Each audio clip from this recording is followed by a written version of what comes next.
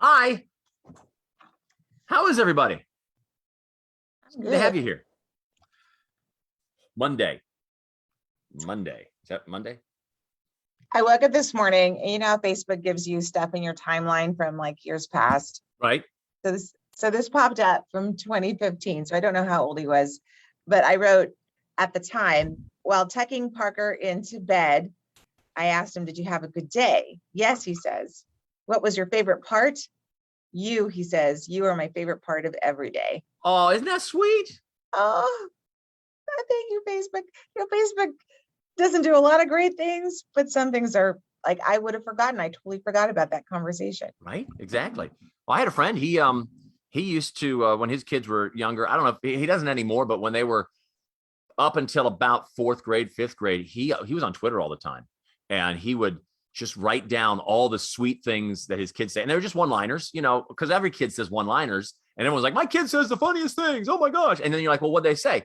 And 9 times out of 10, the person who said that never remembers the funny thing their kid said. They just know they say funny things, but you Yeah. gotta remember them.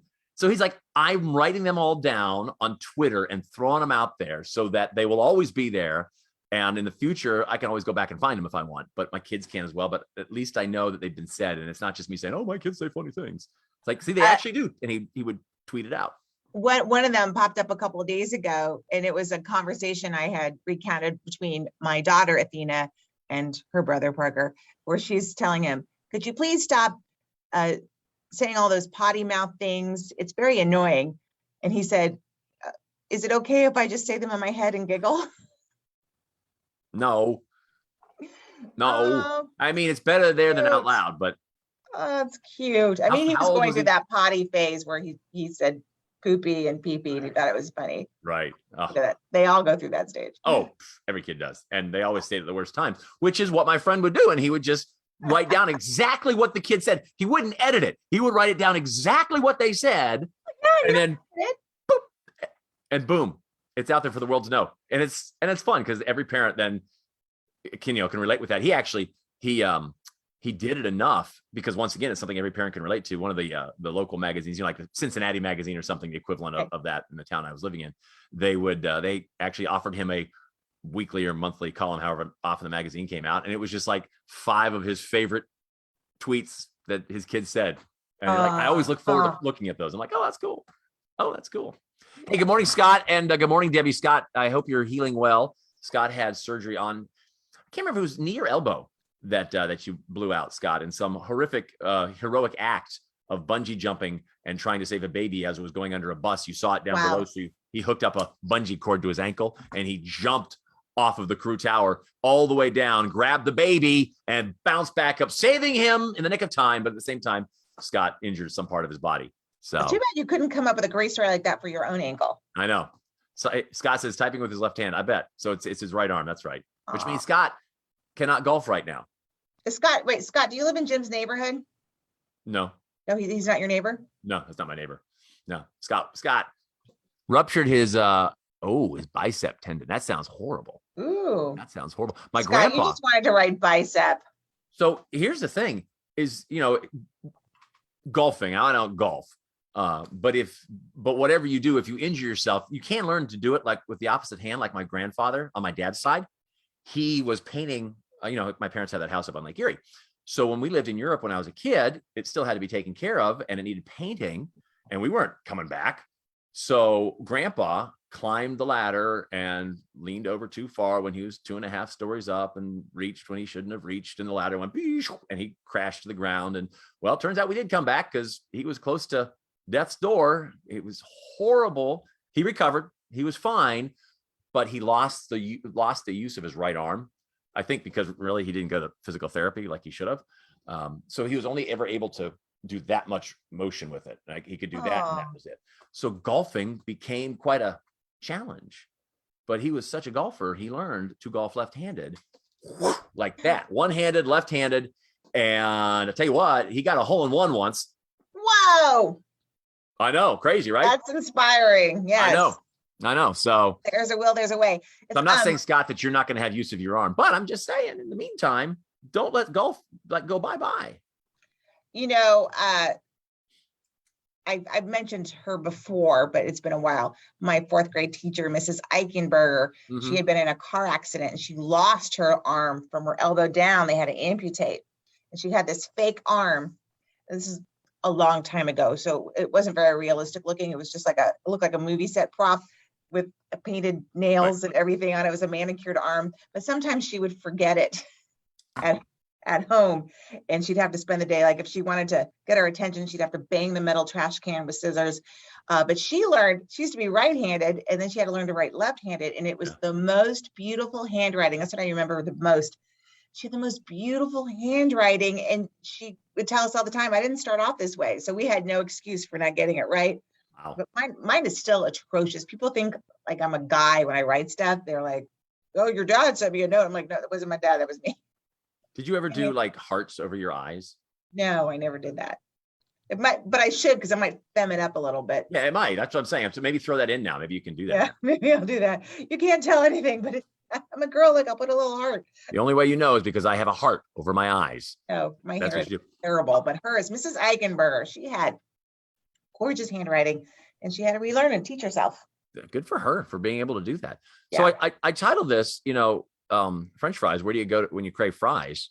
So let me ask you that, Amanda. When you're craving French fries, it's say 2 p.m, and you're like, oh God, that's some French fries. I must eat French. It's not lunch. You're not going for lunch. You're going for French fries. You've already eaten your lunch. You're like, I need French fries. Where are you going to go? What's your go-to for French fries? Wow, so hard to say. I really like Arby's curly fries, but I think I'd go to the gold standard, McDonald's. McDonald's, you go for that. But you really like, that's odd. You really like Wendy's curly fries, but you're going to go for McDonald's, which means that you like the McDonald's fries better than the Wendy's curly fries. I guess so. If I'm going for just a traditional fry craving, yeah, I'd go to McDonald's. You got a fry craving. Number one fry when people crave it is Five Guys fries, which are really good. Never even had those. Love Five Guy fries. I don't think McDonald's I've is number even 2. been there. McDonald's is 2. And you've never been to Five Guys? No, You've never had their burgers? no. Oh, Amanda, you are missing out. You have to go to Five Guys and get yourself a burger there and the French fries.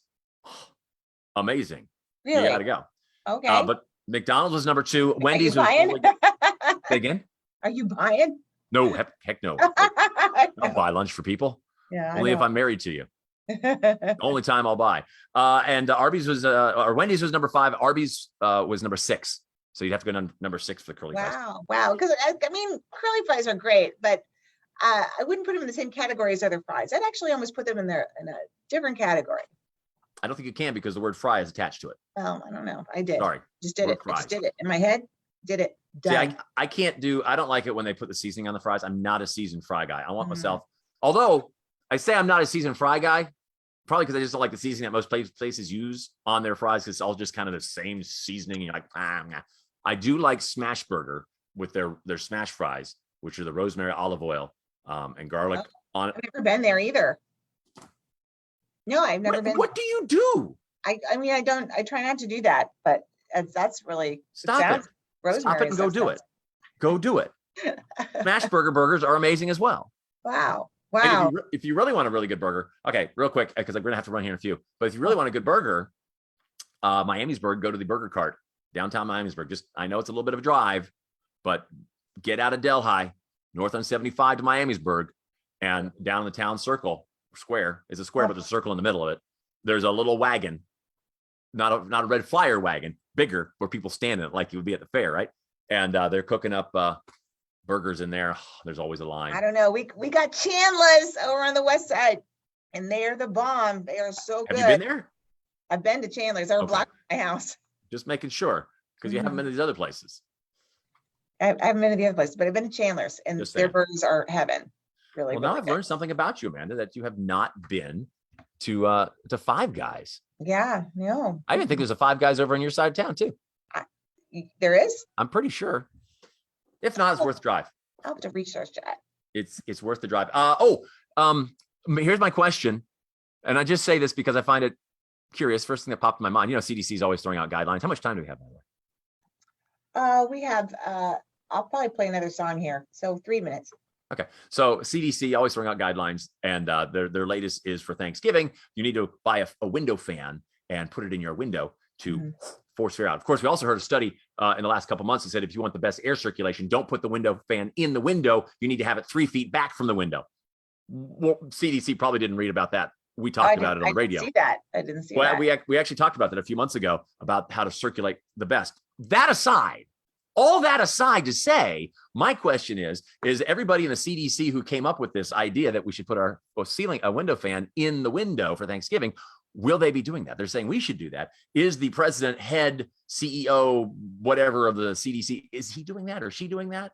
I'm just curious. That's kind of like when everybody at the White House is like, wear your mask and social distance. And then I think it was like 9/11, they were showing them standing around. Right. And nobody was wearing a mask. They were all standing around joking and hugging and shaking hands. And then when the camera was on, they all had their things off. Oh, they you see news reporters do that as well. I always find that the funniest thing. If they show some press room briefings at the White House and they're all there for the press briefing and they got their mask on, and then as soon as they're done with it, because you can watch all this on C-SPAN. Right. Yes, I do watch C-SPAN. I have an exciting life, but you can watch it as soon as they're done with the press and the press secretary, whoever leaves. You see, a lot of times they're like, "Okay, take my mask off." You're in the same room. All right. I love it when like reporters who are off by themselves are wearing their mask. I'm like, there's no way if you're socially distant. And when I went to my kids' recital, which I was excited to be there in the room, right? They would have the soloists wear their masks. You can hear them. I'm like, they're by themselves on the mic. And I guess for consistency and just to be safe, everybody just wear it out every moment we're on stage, but they didn't need to. Like they weren't standing by anybody, but it is what it is. Who is this? Van says, talking about fries, has to be real fries, hand cut, no additives. Don't even know where to go about that. I think Five Guys, they cut their fries there. Oh, Penn Station cuts their fries. There's another good place for fries. Penn Station. My husband loves those. I only like those with vinegar, the malted vinegar. Malted, not balsamic. That is good. Malt vinegar, yummy. Yeah, that's good stuff. All right, we got to roll. We got a national keyword to get you for that 25K workday payday. So be listening for that here on the radio in just a second. All right. See y'all. Bye, guys. Bye. Have a great day. Da, da, da. And I hit the end button like this. Ah.